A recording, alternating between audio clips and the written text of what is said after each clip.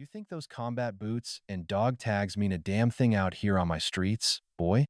Officer Verona snarled, his knee pressing ruthlessly into the asphalt, digging inches from Ulrich's spine.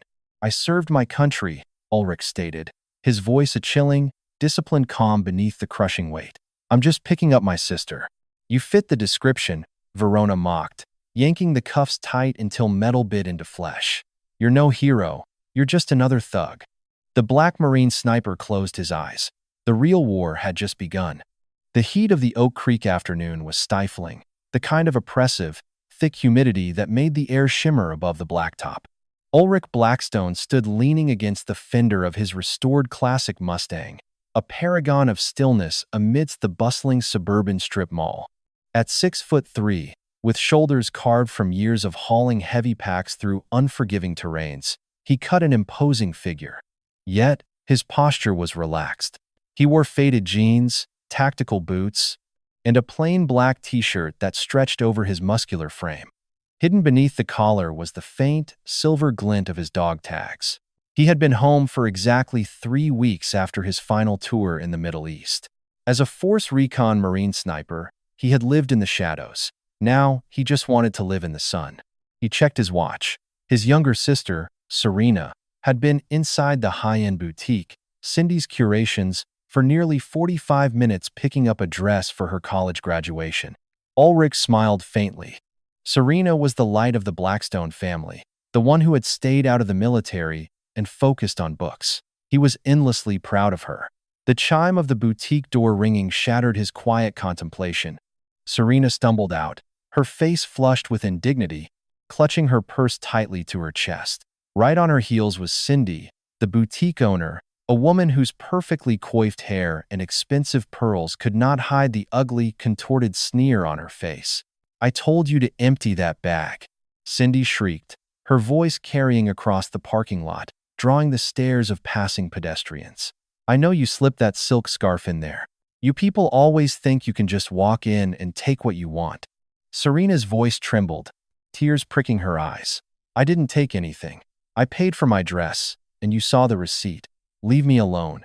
Ulrich's sniper instincts, the hyper-awareness that had kept him alive in hostile territory, flared instantly. His heart rate remained perfectly steady, but his eyes locked onto the threat. He pushed off the Mustang and closed the distance in 3 long, silent strides, positioning his massive frame smoothly between his trembling sister and the enraged store owner. Is there a problem here, ma'am? Ulrich asked. His voice was a deep, resonant baritone, polite but laced with an unyielding authority. Cindy took a step back, her eyes widening as she took in Ulrich's size and his dark skin. The racial prejudice that had been simmering beneath her accusation instantly boiled over into weaponized panic. Get away from me, she screamed, pulling a cell phone from her pocket with trembling fingers. You're threatening me. Both of you. I'm calling the police. Call them, Ulrich said calmly, raising his hands to chest level, palms out in a universal gesture of de-escalation. We will wait right here. Serena, stay behind me. Within 3 minutes, the piercing wail of sirens shattered the suburban peace. A squad car tore into the parking lot, jumping the curb slightly, before slamming into park at a severe angle, blocking Ulrich's Mustang. The doors flew open. Out stepped Officer Verona, a 15-year veteran with a gut straining against his uniform and a reputation for using his badge as a blunt instrument. From the passenger side emerged Josie, a rookie cop barely 6 months out of the academy, her eyes darting nervously between her training officer and the scene. He lunged at me, Cindy wailed, pointing a perfectly manicured finger at Ulrich. He tried to attack me after his sister robbed my store. Verona didn't ask questions. He didn't assess the situation. He saw a large black man standing in front of a crying white woman, and his hand immediately dropped to his service weapon, unholstering it in a flash of black steel. Get on the ground, now, Verona roared, the gun leveled directly at Ulrich's chest. Josie flinched, her hand hovering over her taser. Verona, wait, he's got his hands up. Shut up, Josie. I said get on the ground, face down. Time dilated for Ulrich. It was the same slow-motion sensation he felt peering through the scope of his M2010 enhanced sniper rifle. He calculated the variables, the angle of Verona's weapon, the tremor in the cop's trigger finger, the panic in Cindy's eyes, and most importantly, his sister standing directly behind him. If he twitched, if he argued, Verona would shoot, and the bullet would overpenetrate and hit Serena. Discipline overrode pride. Ulrich slowly sank to his knees, keeping his eyes locked on Verona's, his movements deliberate and telegraphed. He lowered himself to the scorching asphalt, spreading his arms wide. "I am unarmed," Ulrich said clearly. "My hands are visible. I am complying." Verona holstered his weapon and closed the distance like a predator smelling blood. He dropped his full body weight, driving his knee viciously into the center of Ulrich's back. The breath rushed from Ulrich's lungs, but he did not make a sound. "You think those combat boots and dog tags mean a damn thing out here on my streets, boy?" Verona snarled, grabbing Ulrich's wrists and wrenching them backward with enough force to strain the rotator cuffs. "I serve my country," Ulrich stated, his voice a chilling, disciplined calm beneath the crushing weight. "I'm just picking up my sister." "You fit the description," Verona mocked, yanking the cuffs tight until the metal bit deep into Ulrich's wrists, drawing a thin line of blood. "You're no hero. You're just another thug." "Don't hurt him. He didn't do anything," Serena screamed, lunging forward. Josie intercepted her, gently but firmly holding the sobbing girl back. "Miss, please, stay back. Just let us sort this out."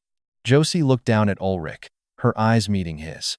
In the Marine's dark eyes, the rookie saw no panic, no guilt, and no fear. She saw a terrifying, oceanic calm that made her stomach twist with the sudden, sickening realization that they were making a catastrophic mistake. Verona hauled Ulrich to his feet by the chain of the handcuffs, ignoring the way the metal sliced into the man's skin. "Assaulting a civilian, resisting arrest, and I'm sure I'll find something else," Verona hissed in Ulrich's ear. "Welcome to my world." The holding cell at the Oak Creek 12th Precinct smelled of bleach, stale sweat, and old despair. It was a miserable 8x10 concrete box with a single metal bench bolted to the wall. For the past 4 hours, Ulrich Blackstone had not moved.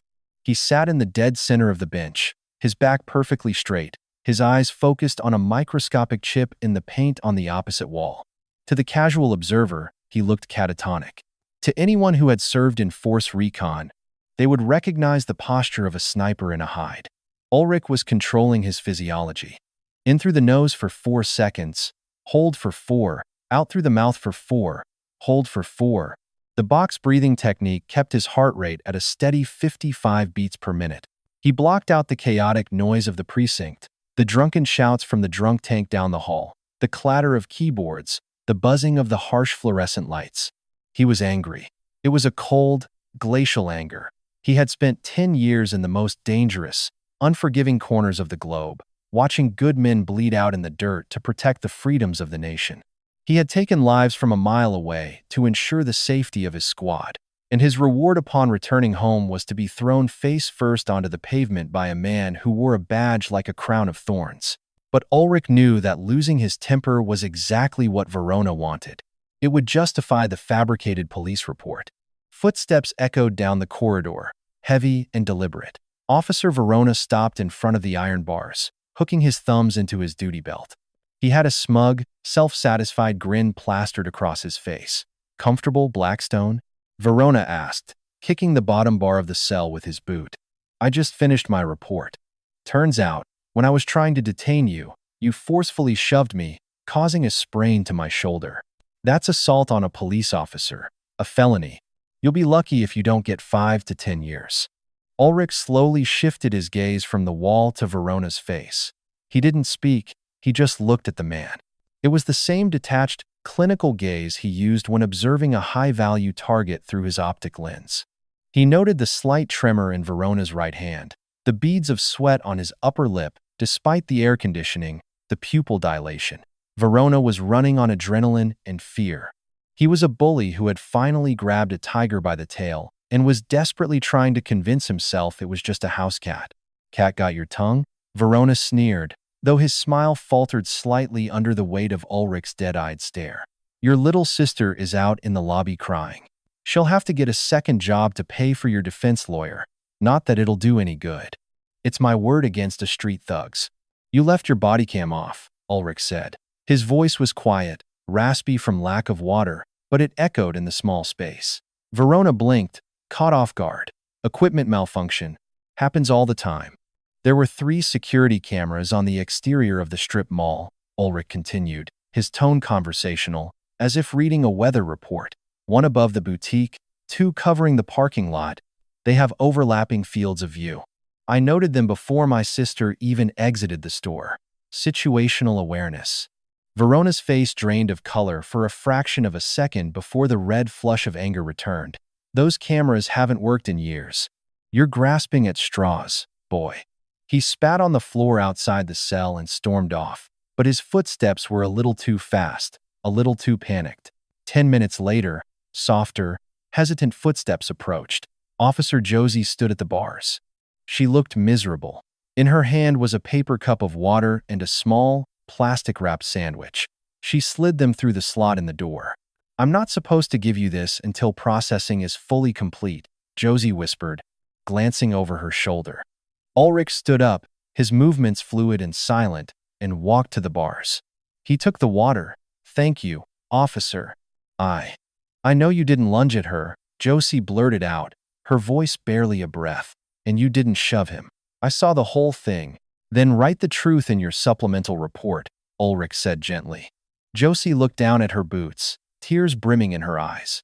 You don't understand. Verona is a senior training officer. The union protects him. If I cross him, I'm blacklisted. My career is over before it starts. I need this job to support my mom. Ulrich drank the water, savoring the cool liquid against his dry throat. He understood survival. He understood chain of command, but he also understood cowardice. A uniform doesn't make you brave, Josie, he said softly. It just makes you a target.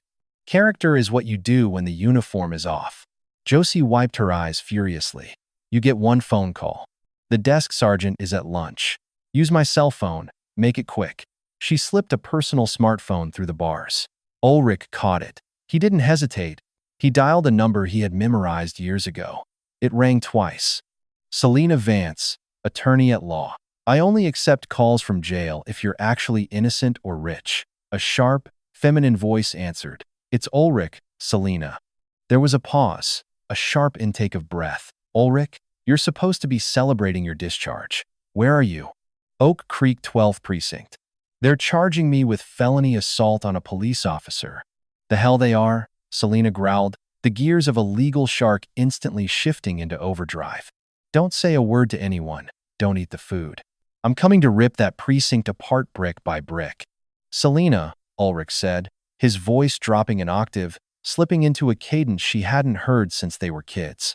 Before you come down here, I need you to make another call.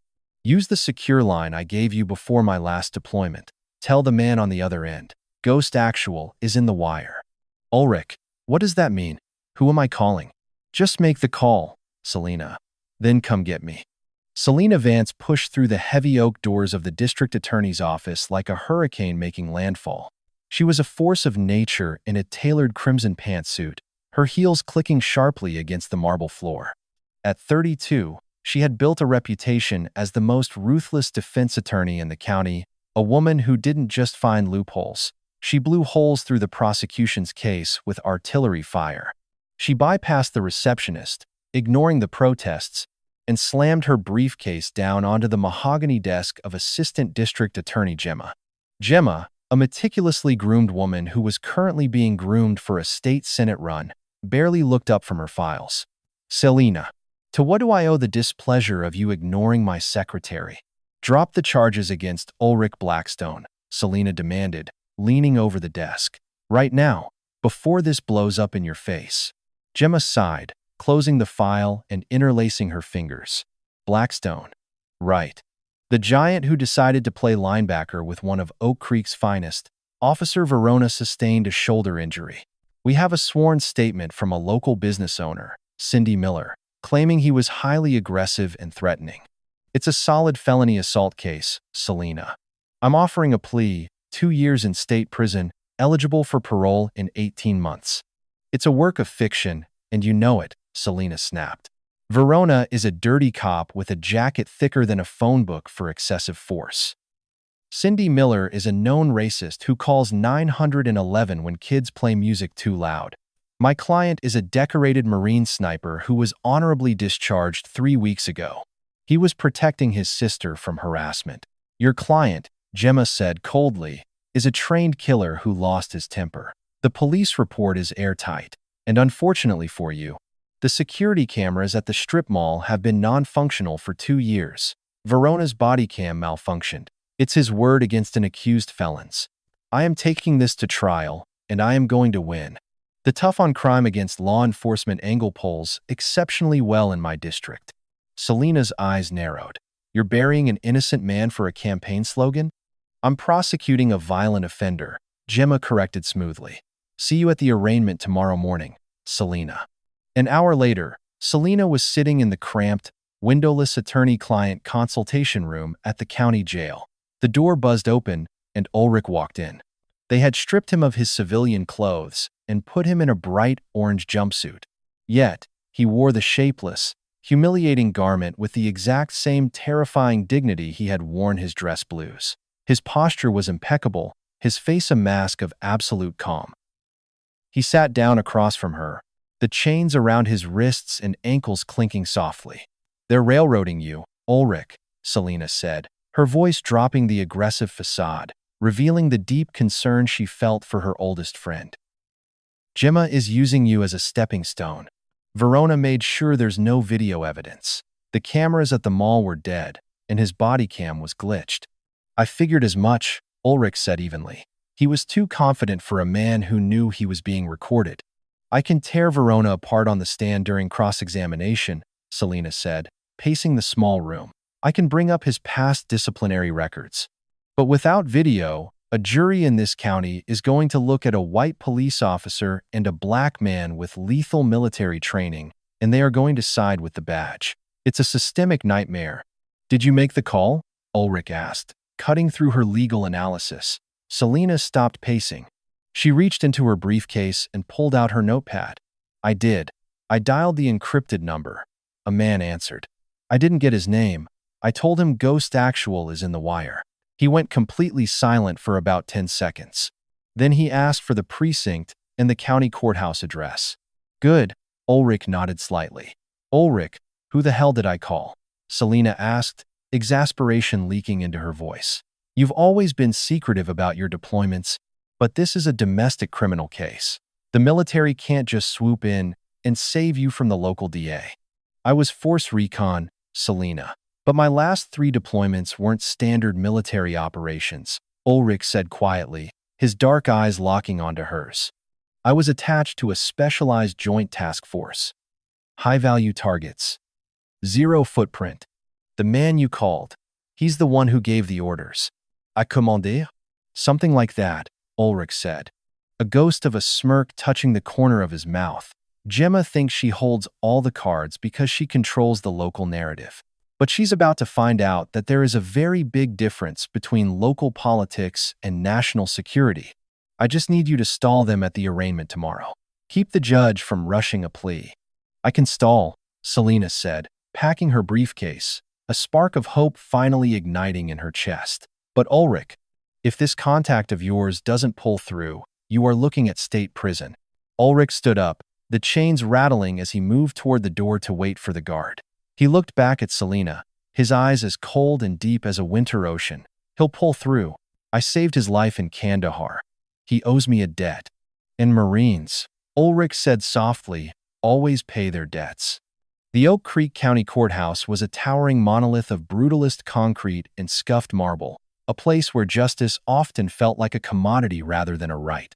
Inside Courtroom 302, the air was thick with the suffocating tension of a system operating exactly as it was designed to, with cold, mechanical indifference. Ulrich Blackstone was led into the courtroom through the side door, his wrists bound by heavy steel handcuffs attached to a thick belly chain, his ankles shackled in irons that forced him to walk with a slow, deliberate shuffle. Despite the humiliating bright orange of his county-issued jumpsuit and the clanking of his chains, he moved with the predatory grace of a caged panther. His face remained an unreadable mask of stoic calm, his posture completely unaffected by the hostile environment. As he was guided to the defense table, his dark, calculating eyes swept the room. It was an involuntary tactical assessment. He noted the bailiff's relaxed grip on his sidearm, the positioning of the two armed deputies near the gallery, and the exits. Then, his gaze softened imperceptibly as it landed on the second row of the gallery. His sister, Serena, sat wedged between their elderly parents. Her eyes were red-rimmed and swollen from crying, her hands twisting a damp tissue into knots. When she saw him in chains, a fresh sob tore from her throat, muffled quickly by their mother, who wrapped a trembling arm around her. Ulrich offered them a single, grounding nod. "Hold the line," the nod said. "I am still here." At the prosecution table, Assistant District Attorney Gemma was arranging her files with the meticulous, practiced precision of a surgeon preparing to dissect. She wore a pristine navy blue suit, her posture exuding absolute, unshakable confidence. To her right, seated just behind the wooden partition in the first row of the gallery, was Officer Verona. He was out of uniform, wearing a tight polo shirt that bulged over his stomach, his arm resting in a highly exaggerated sling. When Ulrich took his seat, Verona caught his eye and offered a slow, venomous smirk, leaning back with the comfortable arrogance of a man who held all the winning cards. Selena Vance sat beside Ulrich, her crimson suit a flare of defiance in the drab room. She leaned in close, her voice a tight whisper. "Judge Harrison is presiding. He's a former prosecutor, heavily backed by the police union. He's known as a hanging judge for assault on LE cases." "We are in hostile territory, Ulrich." "Understood," Ulrich murmured, his eyes tracking the heavy oak doors at the back of the courtroom. They remained firmly shut. "Keep stalling. All rise." The bailiff barked as the door behind the bench swung open. Judge Harrison, a man with a face like weathered leather and eyes devoid of any apparent warmth, swept into the room and took his seat, bringing the heavy wooden gavel down with a sharp crack. "Be seated," calling the case of the state versus Ulrich Blackstone. Charges are felony assault on a law enforcement officer, resisting arrest, and disorderly conduct. How does the defendant plead? Selena shot to her feet. "Not guilty, Your Honor." And the defense requests an immediate dismissal of all charges due to gross prosecutorial misconduct and the lack of substantive evidence beyond the questionable testimony of a single officer. Judge Harrison scowled, adjusting his spectacles. "Miss Vance, save the grandstanding for the trial. This is an arraignment. Does the state have a recommendation for bail?" Gemma stood, her voice carrying clear and sharp across the silent courtroom. "The state requests remand without bail, Your Honor. The defendant is a highly trained military operative, a sniper who demonstrated extreme, unprovoked violence against Officer Verona, resulting in severe tissue damage to the officer's shoulder. The defendant poses a significant flight risk and is a clear and present danger to the community. He attacked an officer in broad daylight over a routine shoplifting inquiry. It was a racially motivated harassment, not an inquiry, and my client was defending his unarmed, terrified sister." Selena fired back, her voice ringing with indignation. "Furthermore, my client is a decorated combat veteran with deep ties to this community. Remand is absurd." "Your client is a thug with a specialized skill set," Gemma retorted coldly. "The military teaches them how to kill, Miss Vance. It clearly doesn't teach them how to assimilate back into civilized society." "We have a sworn statement from the business owner, Cindy Miller, who was terrified for her life before the police even arrived. The state stands by its request. No bail." Verona nodded solemnly from the gallery, playing the part of the wounded hero to perfection. Judge Harrison leafed through the file, his expression souring. "I've read the police report. An unprovoked physical assault on a uniformed officer is not something this court takes lightly. Given the defendant's lethal background, I am inclined to agree with the state. Your Honor, we request a brief recess." Selena pleaded, her eyes darting frantically toward the back doors. Where was Ulrich's contact? Had she called a dead number? Had the military abandoned their own? "There is exculpatory evidence currently being retrieved." "Denied, Miss Vance.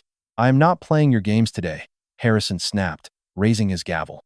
"Based on the severity of the charges and the threat to public safety, I am denying bail. The defendant will be remanded to county lockup pending. Thud. The sound was like a cannon shot in the quiet courtroom. The heavy, reinforced oak double doors at the back of the gallery didn't just open, they were violently shoved apart, slamming against the plaster walls with a force that sent cracked spiderwebbing up the paint. The entire courtroom jumped. Judge Harrison dropped his gavel. Verona leaped from his seat, his injured arm suddenly entirely forgotten as his hand instinctively reached for a weapon he wasn't carrying. Stepping through the threshold was not a late witness. It was a squad of 4 heavily armed military police soldiers. They wore full combat fatigues, Kevlar vests, and bore the stern, unyielding expressions of men who did not recognize civilian authority. 2 of them instantly flanked the doors, securing the exit, while the other 2 marched briskly down the center aisle, their boots thundering against the hardwood floor. "What is the meaning of this?" Judge Harrison bellowed, his face turning an apoplectic shade of purple. "Bailiff, arrest these men. This is my courtroom." The local bailiff, an older man with a paunch, took one look at the heavily armored MPs, evaluated his own six-shooter, and wisely decided to stay exactly where he was. Then, a 5th man entered. The air in the room seemed to undergo a sudden, massive shift in atmospheric pressure. He was in his late 50s, tall and broad-shouldered, with close-cropped silver hair and a sharp, craggy face that looked as though it had been carved from granite. He was not in fatigues. He wore the immaculate, terrifyingly crisp dress blue uniform of a United States Marine Corps general. The 4 silver stars on his shoulders gleamed under the harsh fluorescent lights. But it was the left side of his chest that drew the eye, a dense, colorful block of ribbons that spoke of decades of combat, valor, and bloodshed.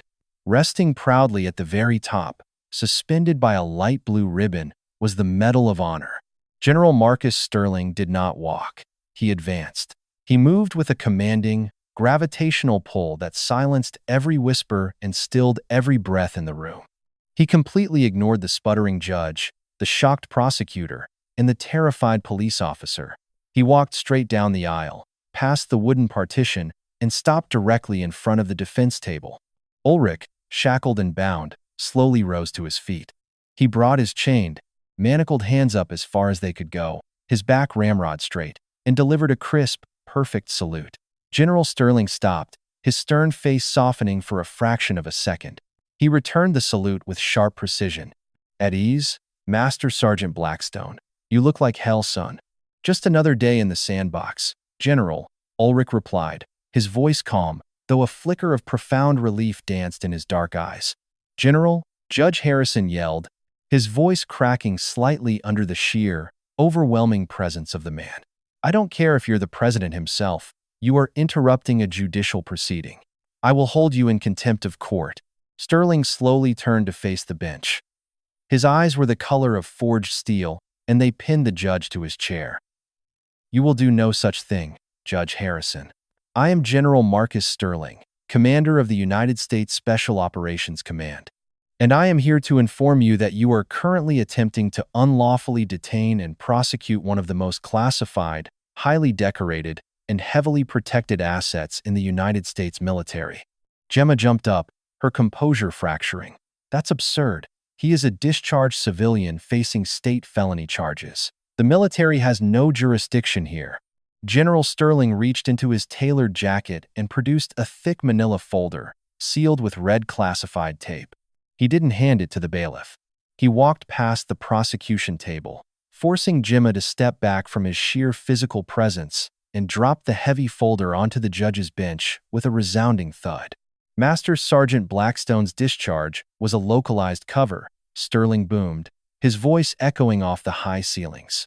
"He is currently operating under a highly classified active reserve status attached to JSOC. His actions, his whereabouts, and his person are under federal mandate. By putting him in chains, this county has committed a federal offense interfering with national security." Verona, standing in the gallery, began to sweat profusely. The color had completely drained from his face.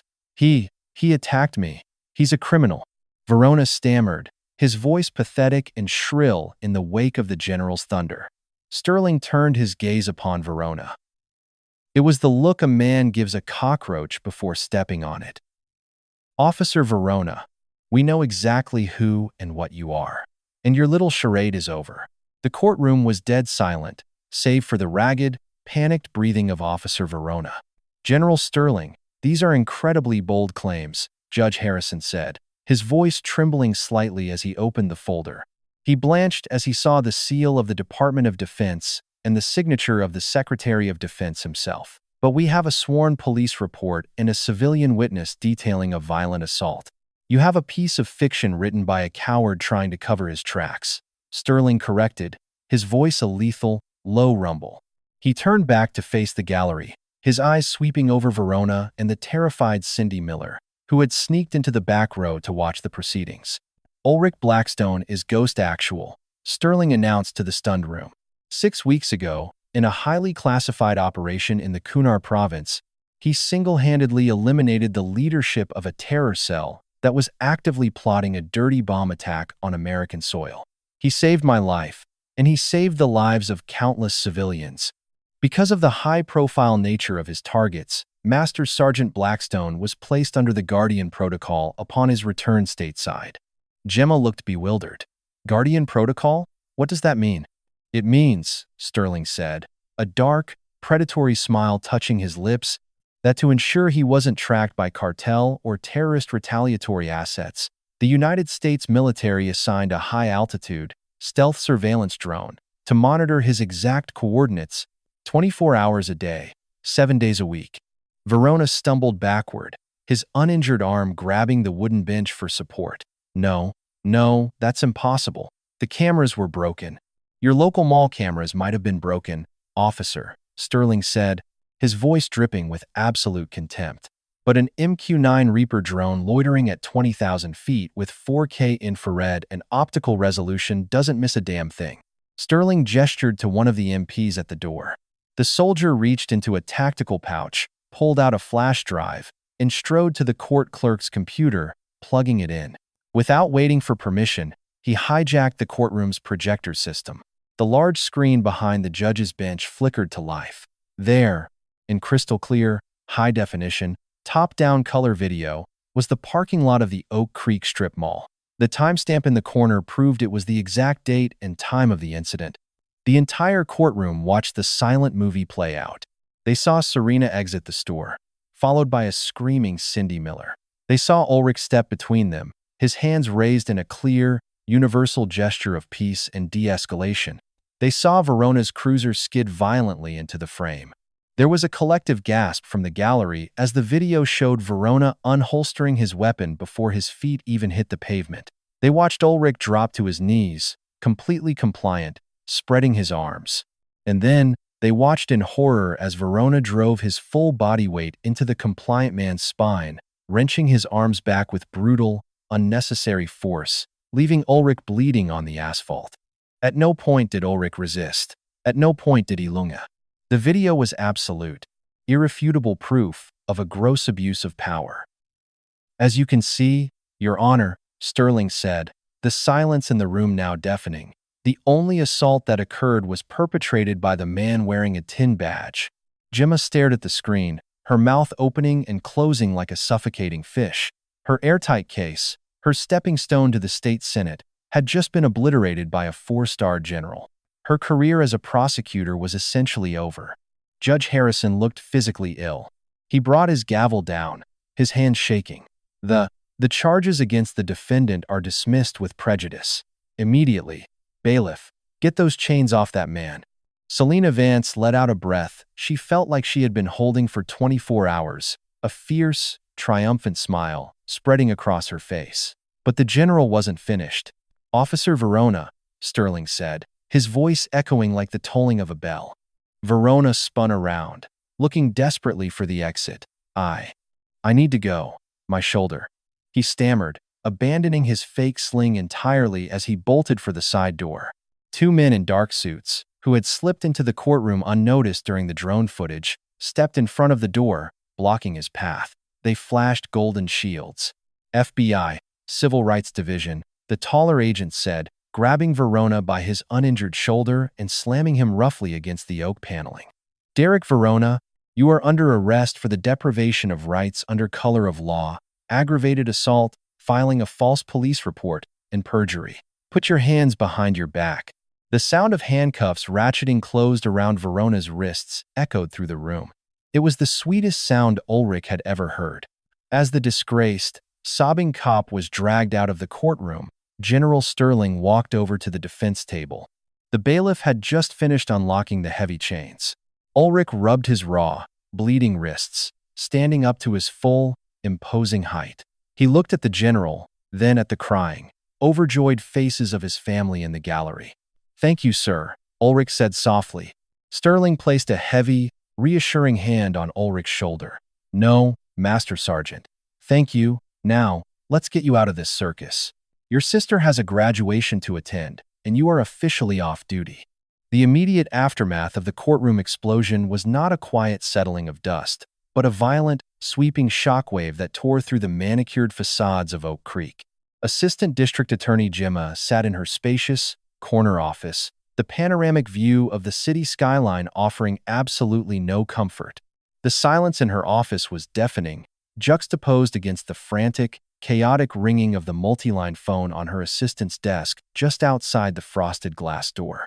Every single line was flashing red. Gemma stared at her hands. They were trembling.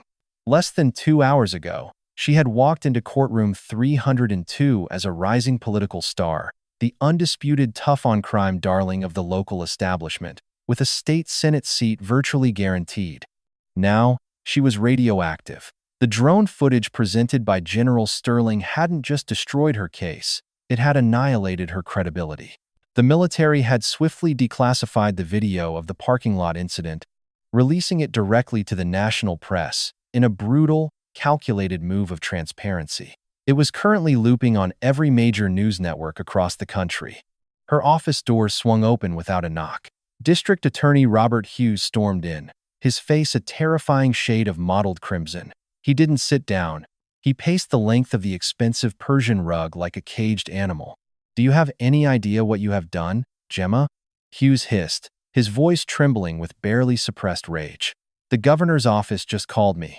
The Pentagon called the governor. We are a national laughingstock. We look like a corrupt, backwater kangaroo court that tries to throw American war heroes in cages to protect dirty cops." "Robert, I didn't know about the drone footage," Gemma pleaded, standing up, her perfectly maintained composure shattering into 1,000 desperate pieces. "Verona swore to me the body cams malfunctioned and the security cameras were dead." He filed a sworn affidavit. "You didn't look. You didn't investigate." Hughes roared, slamming his fists down on her mahogany desk. "You saw a high-profile conviction against a black man with a lethal skill set, and you saw your Senate campaign posters writing themselves. You bypassed internal affairs, you ignored Selena Vance's warnings, and you walked us right into an ambush laid by a 4-star general."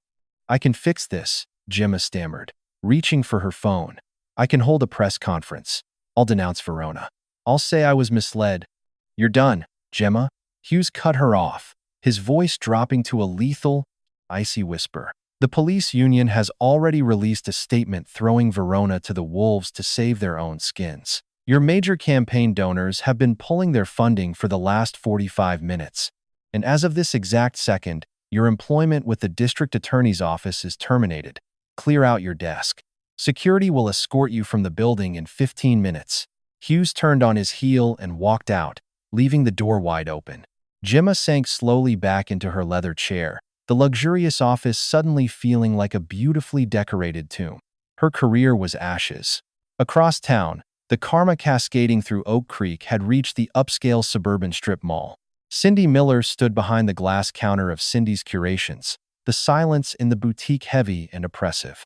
Usually, a Saturday afternoon meant a steady stream of affluent women browsing imported silks and sipping complimentary champagne.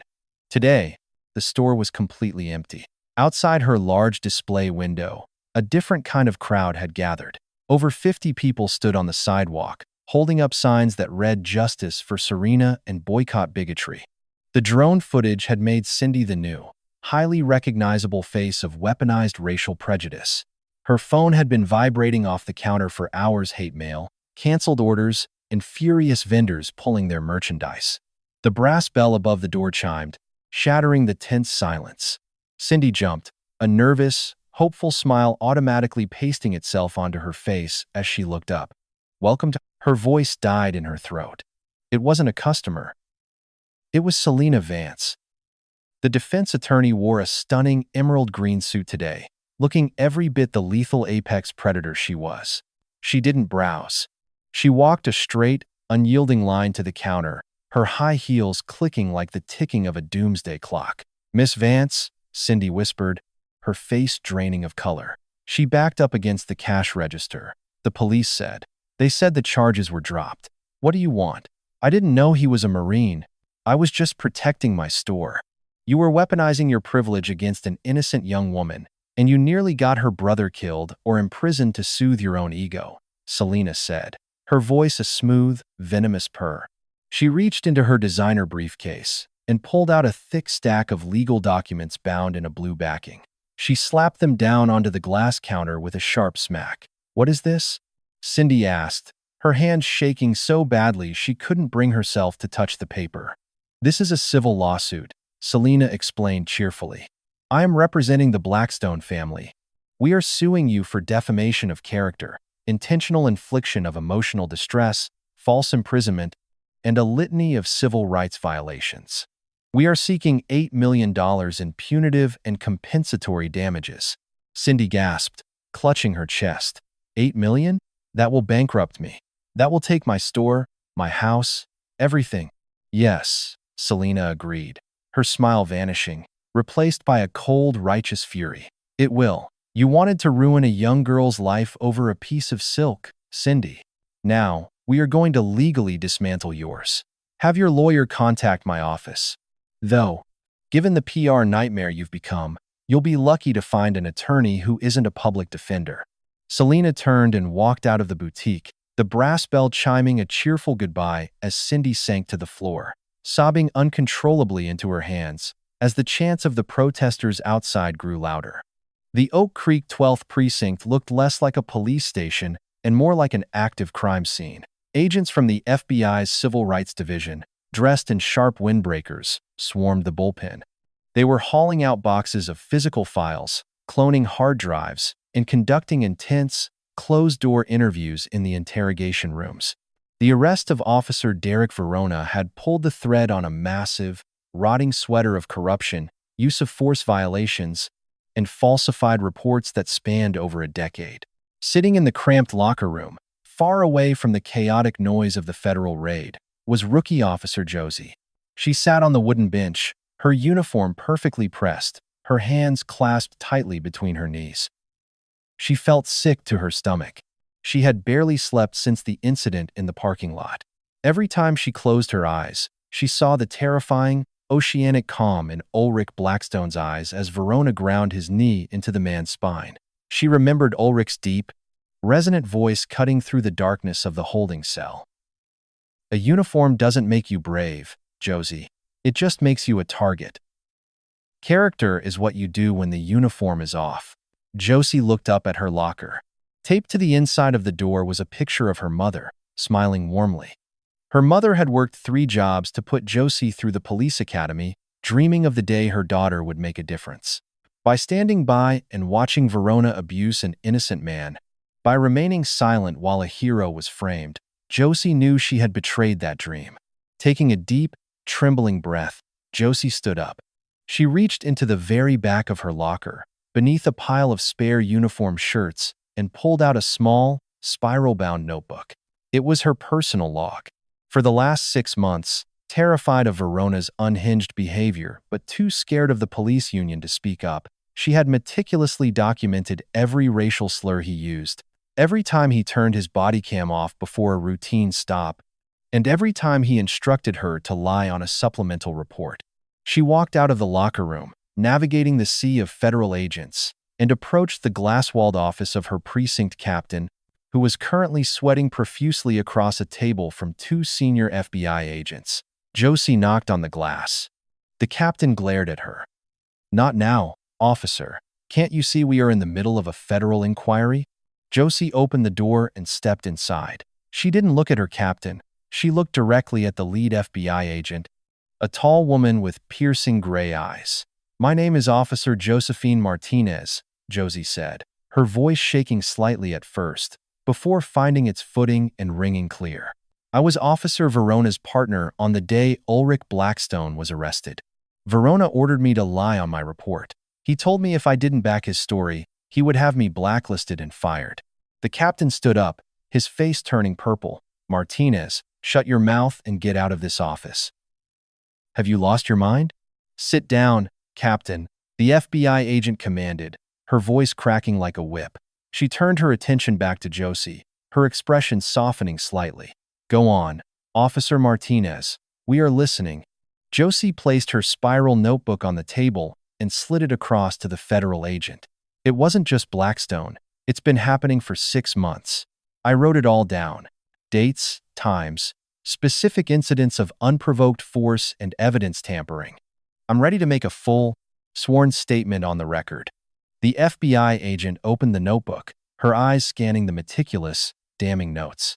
She looked up at Josie with a mixture of professional respect and grim realization.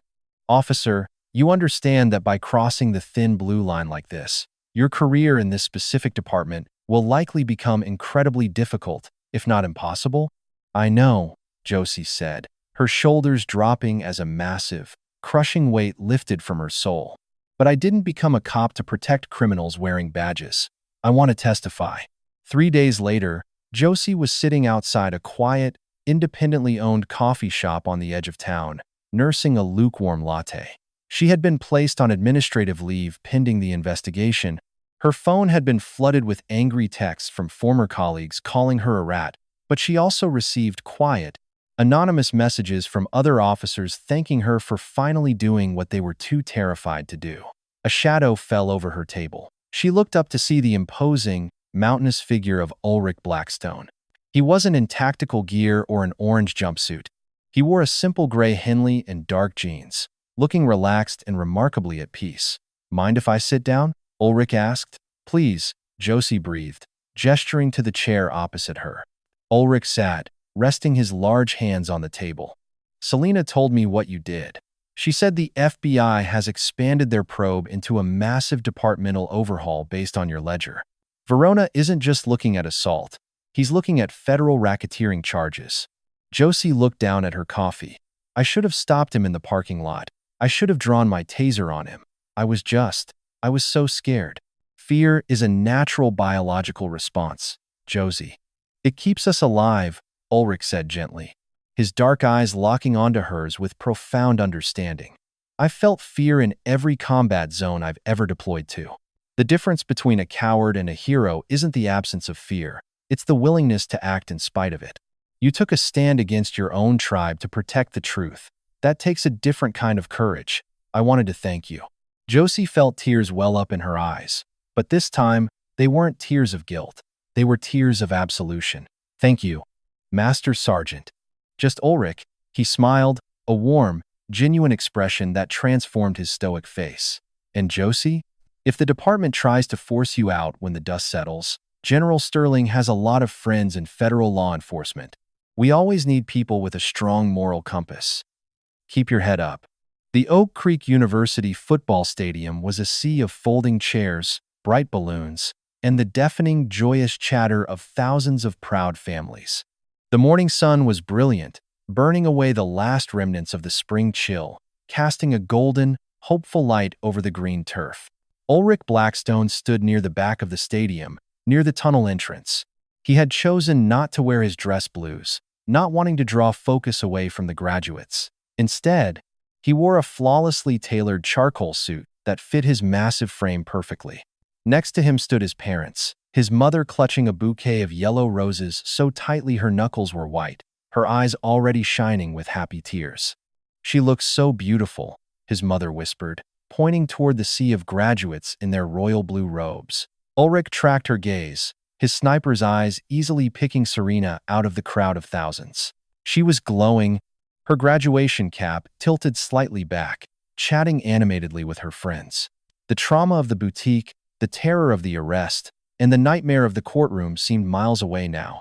replaced by the triumphant culmination of 4 years of relentless hard work. She does, Ulrich agreed, his voice thick with emotion. He placed a protective arm around his mother's shoulders. The university president took the podium, his voice echoing over the massive PA system, welcoming the families and speaking of the challenges the graduating class had overcome. But Ulrich's attention was momentarily drawn away by a quiet, deliberate presence stepping up beside him. General Marcus Sterling stood there, wearing civilian clothes, a sharp tweed jacket, and slacks, though he still managed to look like he commanded the very ground he stood on. "Beautiful day for a victory, Master Sergeant," Sterling murmured, keeping his eyes on the stage. "It is, sir," Ulrich nodded. "I wasn't sure you'd be able to make it." "I wouldn't miss it," Sterling replied softly. "I owe your family a debt I can never repay, Ulrich. Ensuring you got to stand here today, a free man, to watch your sister cross that stage. It was the absolute least I could do." "How is the transition going?" "Quiet," Ulrich said, a genuine smile touching his lips. "No gunfire, no tactical alerts, just peace. I think I could get used to it." "You've earned it," Sterling said. "Your discharge papers are fully processed. Honorable, with full benefits. The Guardian protocol has been lifted. The drone is gone. You're a civilian now, Blackstone." "Truly." Ulrich looked up at the clear blue sky. For the first time in 10 years, he didn't feel the phantom weight of a rifle sling cutting into his shoulder. He didn't feel the need to scan the rooftops for enemy combatants. The war was finally, definitively over. A roar of applause erupted from the crowd as the valedictorian was announced.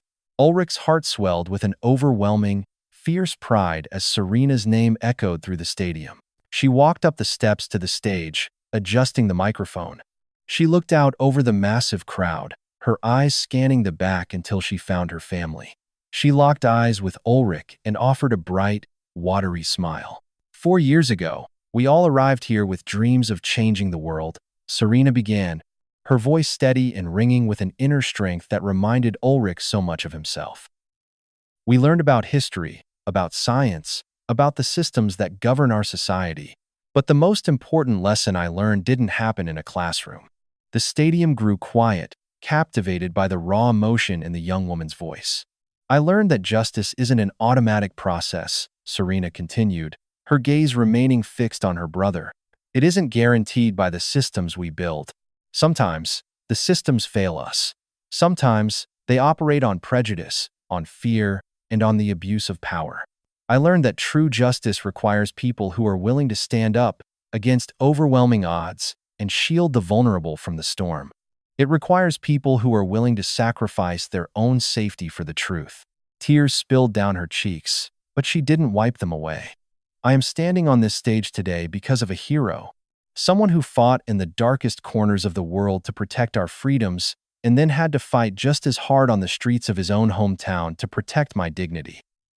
To my brother, Ulrich, thank you. You taught me what courage actually looks like." The stadium erupted.